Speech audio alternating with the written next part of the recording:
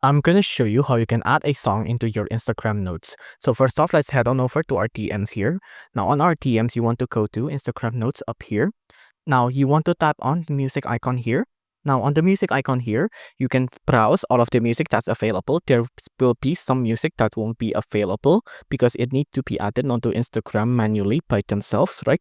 So if you want to pick on any one of these, just tap on this. For example, I want to tap on Cry here. You can pick which section of the song you want to put into Instagram notes, just like this. But once you're ready, for example, I want this part of the songs. I'm just gonna tap on the check mark here. And then you can also add further notes into the notes as well. So for example, I want to type in like example notes like this. And then once I'm ready, just tap on share. And then you can see right now, my notes have music on it as well. Also notes under it as well. And if I click on it, song will play. And then that's it. You're done.